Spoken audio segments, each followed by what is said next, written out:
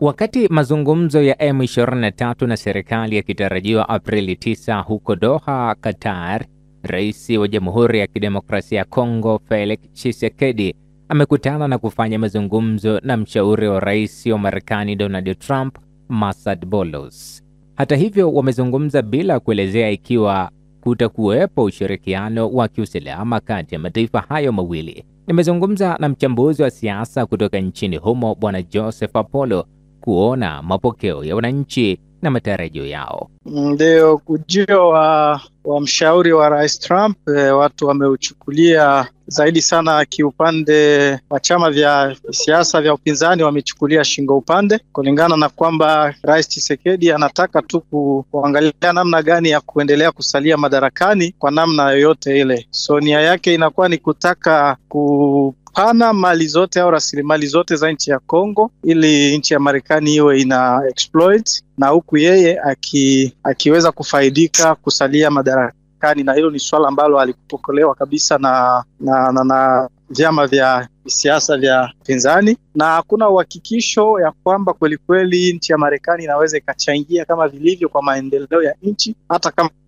watapewa hiyo fursa ya kuwa wanatumia rasilimali za nchi ya Kongo. So ni mojawapo au changamoto ambayo inaleta hisia kubwa katika jumuiya nzima ya Wakongomani kwa sasa hivi. Nafikiri wengi wanakuwa na shingo upande kwa sababu wanaona kama vile ni njia tu mojawapo ya Rais Tshisekedi kutaka kuendelea kusalia madarakani wakati ameshindwa kabisa kudhibiti swala la usalama mashariki mwa DRC. Sasa hao viongozi wa vyama vya upinzani wao wanasema nini? Wao wanahitaji zaidi sana mchakato wenye kuendeshwa na viongozi wa makanisa, yani makanisa za Kikatoliki na makanisa ya Kiprotestanti. Wanaona ya kwamba huo ndio mchakato ambao unaweza ukasaidia kwa sasa nchi ya DRC kuweza kukwamuka katika hili swala la uongozi ulio mbaya pamoja na swala mzima la kukosa usalama mashariki mwa DRC. So wao wanakuwa wako tayari kuunga mkono maaskofu na kushiriki katika mjadala ambao utaweza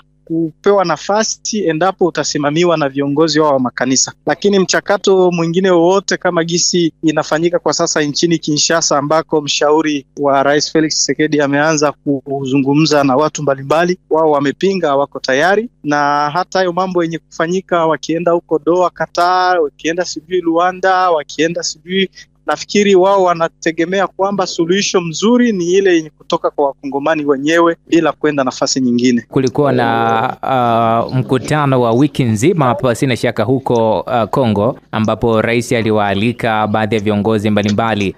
Ulikuwa na mwitikio gani, lakini pia umekuwa na majibu gani huo mkutano?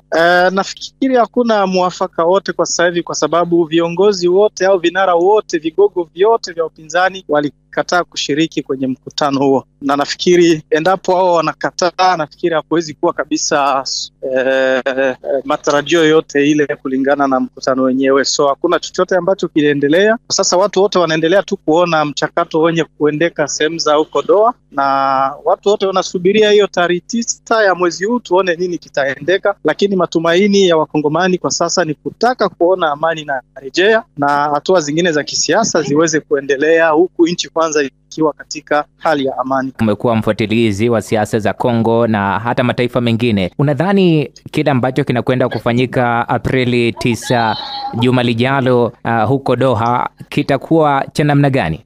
Mimi nafikiri kulingana na hali ambayo tatizo hilo limefikia kwa sasa, imeonekana wazi kwamba nchi ya Kongo inakuwa iko kwenye hali ambayo haiwezi tena kupiganisha kama vilivyo waasi wa M23. Ambacho kinatakiwa tu kufanyika kwa sasa hivi ni serikali kukubali kufanya mazungumzo na wao ili usalama uweze kurejea mashariki mwa DRC na hatua zingine za kisiasa ziweze kuendelea baada. Kwa sababu wakikubali, wakiendelea kukataa kuzungumza na wao na japo hawana nguvu ya kuwafurusha, nafikiri itakuwa ni jambo tu la kuendelea kuweka raia wa Kongo kwenye hali isiyokuwa nzuri, japo mamilioni ya watu wameshafariki, na nafikiri si vema watu waendelee kufariki tena zaidi na zaidi.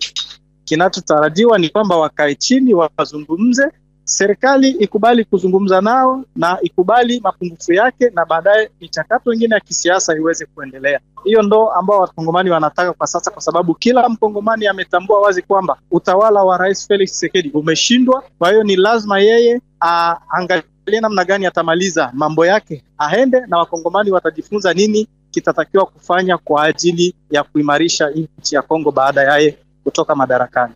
Asante sana, ni kushukuru ndugu Joseph Apollo pasina shaka. Asante pia ndugu mtangazaji.